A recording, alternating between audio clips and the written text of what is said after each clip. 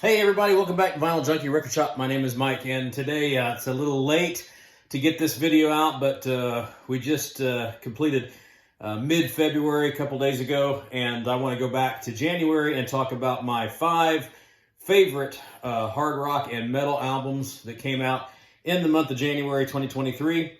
And I've got a little bonus for this episode, and I'm going to try to keep up through the year on a monthly basis. But what I want to do is, in addition to my hard rock and metal albums, which I'm kind of feature predominantly on my channel, I also want to branch out. I want to pick an album that I really like from a different genre and show that to you guys, because I think it's important that we all expand our musical tastes and that we listen to a wide variety of different types of things.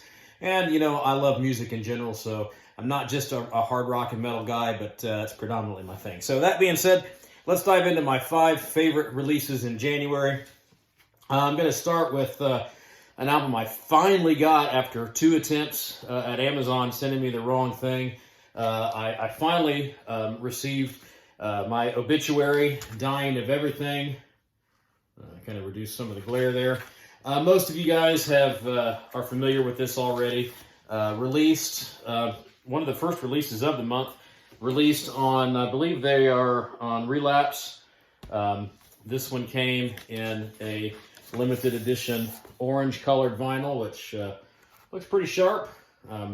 Honestly, I did not know that when I ordered this from Amazon. I thought I was just going to get a regular black vinyl copy, but I ended up getting the orange.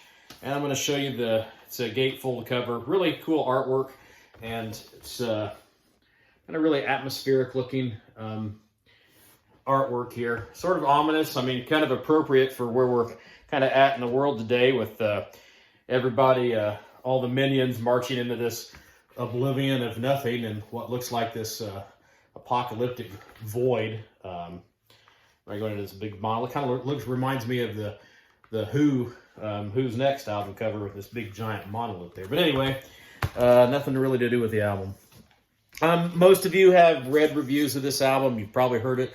You know, I thought about, doing reviews on my channel, but the thing about reviews is that there are so many out there on YouTube, and, you know, with the availability of Apple Music and YouTube and all these different digital formats, you really don't need to read reviews of albums anymore. You can just go listen to them and find out if you like them or not. You know, I still like watching everybody's reviews, so not discouraging that. Just, you know, I don't do a lot of that here. So we'll talk briefly about the record. There's the nice the hype sticker that comes with it. This is a great album. It's Obituary, so if you're an Obituary fan, you know what you're going to get. But I really, really love this album. I think it's really catchy. The songs are memorable. The Wrong Time is one of the better metal songs to come out in a while, and I think that it is hooky and catchy enough that it could even reach more mainstream audience that's not real familiar with more extreme music, and they might hear that and dip their toes into a little more extreme metal. But yeah, this is just a really great album. You know, a lot of varying tempos. They go from the straight out of the gate with Barely Alive is a really fast-paced song, and then they end with Be Warned, which is a really slow-paced song, and they reach different speeds throughout. But the thing I like about Obituary is they work the best when they're in that kind of slower, mid-paced groove style of death metal. And of course, you've got John Tardy's easily recognizable voice, very unique, one of the best voices in death metal. And this is a band that's so far into their career. I mean, many years in their career. If we reach the 40-year, probably over 40-year mark or close to it, that they're still doing it really well. So great album. All right, up next, this one is. There's been some debate about this, but I think this is a really great album. It came out on the Steamhammer label. Again, this is one of the first albums to be released this year, and it was highly anticipated amongst the new wave of traditional metal circles, and this is Kingmaker from Screamer, automatically drawn to this really nice album cover art, and I like the purples and the darks, blacks. Just a really nice looking cover. I think it's just the standard black vinyl with I really like that that label too that's on the album cover. You know, if you're collecting your vinyl, this is a really nice package that you get here. It's nice heavy inner sleeve with the photo of the band, the lyrics on the back. So Screamer is one of those European metal bands. I believe they're Swedish. I could be wrong. Anyway, third or fourth, probably the fourth album here. This one is a little less heavy. It's not super metallic, but man, is this catchy. And they're not reinventing the wheel in any way whatsoever. In fact, everything you've heard on this album is something that you've probably heard from the mid to late '80s on in metal. But the thing about this album, this band, is this is an album full of songs that are really catchy and memorable and hooky. And you know, what's wrong with serving up a nice plate of all of the good ingredients that made metal over the years? What makes it such a great genre?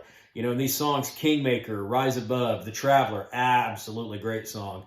Hellfire, Chasing the Rainbow. You know, every track on here is memorable, and this was a real grower for me. I must admit the lack of real heaviness and edge to it kind of caught me off guard upon first listen, but I just kept going back to this album again and again and again until it finally got engraved in my head. And it's a really good record, and I'd recommend it if you're a fan of traditional metal. I heard a lot of Dokken type style of that metal in here, as opposed to, you know, more traditional heavier elements like Priest or Maiden. Although Burn It Down, I think, was it Burn It Down?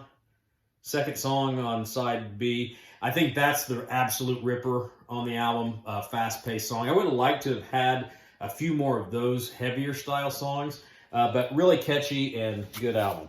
All right, moving on. This one was really high on my list as far as anticipation. It's a band whose career is just absolutely legendary. It's a criminal that this isn't a band that's not in the Rock and Roll Hall of Fame either, along with Thin Lizzy being the other. But this is the classic Uriah Heep and their new album, Chaos and Colors. Really like the bright explosion of color that comes out of this dark, which is kind of, I think, a theme to the album. This is a gatefold, and I have not... I'm going to take the rest of the plastic off here. There was no hype sticker to save, so I don't have to worry about that. Really nice photo of the band and the gatefold. And we'll get the jacket out here. I think another really, really nice, heavy jacket, or not jacket, inner sleeve. And then the black vinyl with, again, that really nice color popping label. You know, if you know Uriah Heep, the band needs really no introduction. If you're a younger viewer and you're not familiar with Uriah Heep, you got to check this band out. They're one of the greatest hard rock bands that ever existed. And they are led by a guy who I think is the single most underappreciated rock and roll star of ever, and that's Mick Box on lead guitar. This guy right here. He's the one constant member of the band throughout the years, and unfortunately, many of the original members of this band are no longer with us. But this version of the band here, we've got Mick Box on lead guitar, Phil Lanzon on guitars and keyboards and vocals. Bernie Shaw, lead vocals, Dave Rimmer on bass. Man, that guy can really play. And Russell Gilbrook on drums. This rhythm section is, I mean, a machine. And they just lay it down for this band. And Phil Lanzon, Bernie Shaw, Mick Box, the primary songwriting trio. Over the last 20 years, since the 80s, this version of the band has come up with some really fantastic albums, and the consistency the great music that they have put out over the last string of albums is amazing. So highlight tracks, all of them. Save Me Tonight, the album opener, is a great song. Hurricane, a fast-paced, that's one of the singles, nice fast-paced hard rocker. One Nation, One Sun, great song, has builds up to a really powerful ending. Fly Like an Eagle, that kind of has maybe more of a fantasy type of lyric that a lot of people are comparing that to like a rainbow kind of song. But overall, the lyrical vibe of this album is one of brightness and hope in an otherwise rather bleak time frame, and it's one of the things I like about this album too. It's uplifting at the same time. It's rooted in its dark and heavy traditional Uriah Heep elements. So fantastic album. If you like Uriah Heep, you're not going to be disappointed.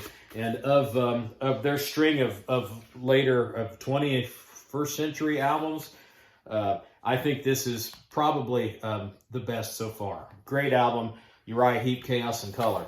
All right, and now this was a band I was not familiar with at all until not sure how if I just stumbled across them on YouTube or what, but they really took me by surprise, and I absolutely love this album. These are U.S. black and thrash metalers Malleus, and the album is Fires of Heaven. And this is a really, I think, a great album cover. It's got that, it just kind of pops out at you as that typical cold black metal type of vibe. But this isn't a straight black metal band. Let's see what we've got here. We've got quite a bit here to unpack with this release. We've got a little booklet here that, I don't know if these are the lyrics. I think these might be the lyrics, and there's a little stories or quotations from historical figures throughout the years. The band is from, I want to say, I don't know if it's Boston, Massachusetts area, but they're from Massachusetts. And these guys play a very heavy hybrid of, I think it's more traditional Kill 'Em All era type Metallica with a nice healthy injection of black metal.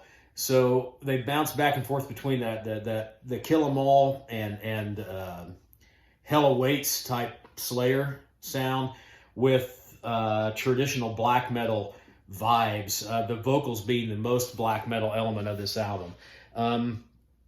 Goofy names from the band members. I'm not a big fan of that. You know, it's kind of comical and all that. But the Channeler, the Hammer, the Watcher, the Relentless. I mean, come on, see what your names really are. But again, more really cool artwork. That's really cool. It's kind of a gray marbled looking color with the really neat label there. I've yet to spin this on the vinyl version. What you're going to get with this band, man, is just in-your-face black and thrash, I think is what it is. Straight out of the gate, this thing just is absolutely killer. It has kind of an atmospheric intro with The Tempest, and then we go right into the last four tracks of side one. A Dark Sun Rises, Beyond the Pale, Prophetess, and The Fires of Heaven. One of the most ripping album sides I've heard in a while. The midpoint break riff of A Dark Sun Rises, I want you to listen to that. And for me, that's one of the best thrash metal riffs that I've heard since I hate that I'm getting old. Since one of the greatest thrash riffs of all time, Angel of Death. The riff just pummels in that, and this band is really a masters of that old school thrash sound with that kind of shrieky black metal. The shrieky black metal vocals aren't going to be for everybody, and that's fine. But overall, I think it's a good performance. But this album really rips. There's one thing that kind of detracts from it, and I think prevents it from being almost flawless heavy metal album, and that's the next to last track, Awakening. There's just an awful lot of droning and dragging on, and it goes on and on and on, and doesn't really, toward the end, it kind of builds into something, but to me, it's almost four and a half or so minutes of a lost opportunity to put in another really awesome banger of a metal song. The last side two, specifically those last two tracks, that was really kind of atmospheric, I guess. But that's the most black metal on the album. I wouldn't call them a black metal band, but they certainly are that black and thrash. So if you're into a lot of everybody in the metal circles these days really loves Hell Ripper, and with absolute due regard. But if you're into Hell Ripper, I strongly suggest you check out this band Malleus. I do not think you're going to be disappointed. This album absolutely rips, and it was a pleasant surprise. Another surprise, a band I had not heard of, I've got this one on CD. This was going to be hard to see because, you know, all these bands love to have logos that are unreadable. But the band is called Nothingness, and the album is Supraliminal. Let's see if you can kind of see that there. Not available on vinyl that I could find, but I really wanted to snatch up this CD. This is Minnesota. I think Minnesota, Minneapolis area. I think Minnesota death metal. That's kind of a cool picture there. Kind of also reminds me of a picture on the Mall record from last year, where it's just a kind of distorted. Couldn't really see everybody. But you got some lyrics in here, which you're going to need because it's kind of hard to decipher. But this is a really kind of modern sounding death metal band. Hard to categorize because they don't really, to me, sound like anybody else. They have a very unique sound, and this album has a really great flow to it. There are a lot of variety of different styles in here throughout the death metal genre. You've got a great sounding guitar tone, but the songwriting is just really good, and they're not.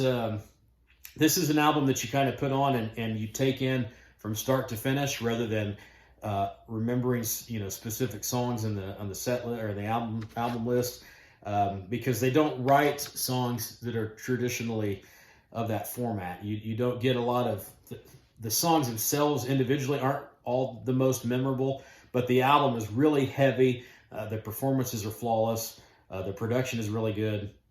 And it's a very unique sounding and enjoyable listen. That's what set it apart from a lot of the death metal that you get today.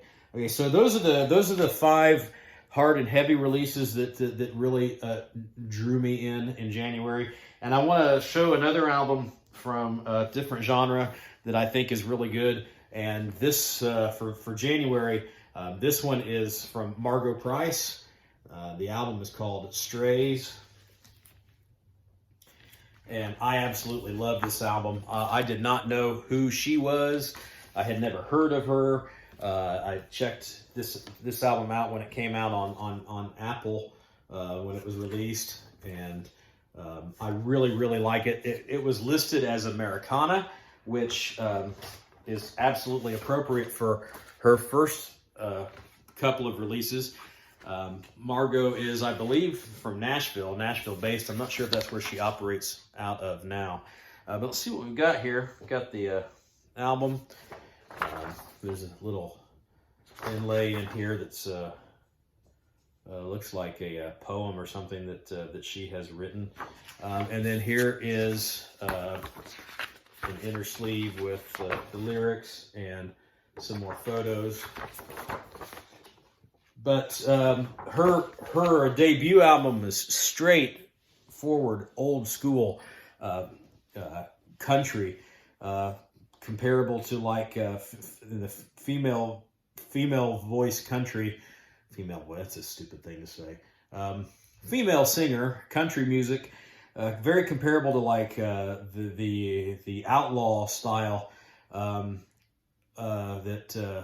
Real country that comparable to like Loretta Lynn and Emmylou Harris, and not that they were outlaw, but just not that traditional new pop style of country music that you're getting hit with today. And her first two releases were really rooted in that and a very Americana feeling. Sturgill Simpson came on board for the production of her third album and she began writing songs that were kind of branching out, added a little more rock elements, more pop elements, and then now finally this album is kind of a culmination of all that experimentation, I think. And this is very hard to categorize. It's to me, it's definitely not country, it's not Americana, but you can hear all those elements in it. There's a little bit of pop, there's a little bit of psychedelia, there's a little bit of rock. There's a lot to unpack with this album, and it's just an absolutely fantastic album. Lead off track, Born to the Mountain, begins with this psychedelic keyboard tone. You're not sure if you're listening to the Doors or the Black Angels or what you got, and then it goes into this really groovy riff, which is, I love it. I love the groove in it, and it settles in for the duration of the song, and it's just really catchy, and lyrically, it's the entire album is just across the board of highs and lows, of loss and regain, and introspection, and pain and struggle. So I think you can really relate to the content of the lyrics here. Light Me Up is my favorite album off the track. It's the second song. It features Mike Campbell from Tom Petty and the Heartbreakers. And it's just it builds into a really great driving, I think, rock song. You have Radio, which is one of the hits, features Sharon Van Etten. I'm not familiar with her, but it showcases the more poppy side of her songwriting. And just side one is a great whole. No bad songs on this album, but side one is the more upbeat and rockier kind of sound. And then side two settles into the more traditional Americana country side, with Hell in the Heartland is a really great song. Lydia is a song written about a fictional character who's maybe a 30-something person who's led a really tough life and is just trying to make it through the best they can. Really powerful lyrics on that. And then closes out with the song Landfill, which pretty much talks about landfill full of all your dreams that you've just not been able to achieve. It sounds kind of dark and dreary, but it's not necessarily. But anyway, yeah, this is an absolutely great album. I'll probably talk about this by itself a little more in depth. So yeah, if you're looking to expand your musical taste outside of the rock and the heavy music realm, which I strongly encourage, check this out, Margo Price. This album really pleasantly surprised me, and honestly, this is going to be one of my favorite albums of the entire year across all genres. She's coming to town next week, and I'm going to go check that out. And that's one of my favorite things about music is you find somebody that you're not familiar with, you really like their sound, and then you come to find out that, oh my gosh, they're going to be coming to town soon, and then go check them out in a live setting. And I'm really looking forward to that. I think it's going to be a great show. But yeah, Margo Price, Strays, fantastic album. All right, that's it for this video. I'm going to try to keep up, like I said, throughout the month, just with all the releases coming out. We're in mid-February now. A couple of albums dropped yesterday that are going to be talked about a lot. One in particular is going to be potentially a lot of people's favorite at the end of the year. Hopefully, I will have those in a physical format when it comes time to talk about those at the end of the month. But yeah, those are my picks for my favorite albums in January. Thanks for stopping by. Let me know what you think in the comments. If you're new to the channel, do me a favor, please hit like and subscribe. And I'll see you next time. Bye.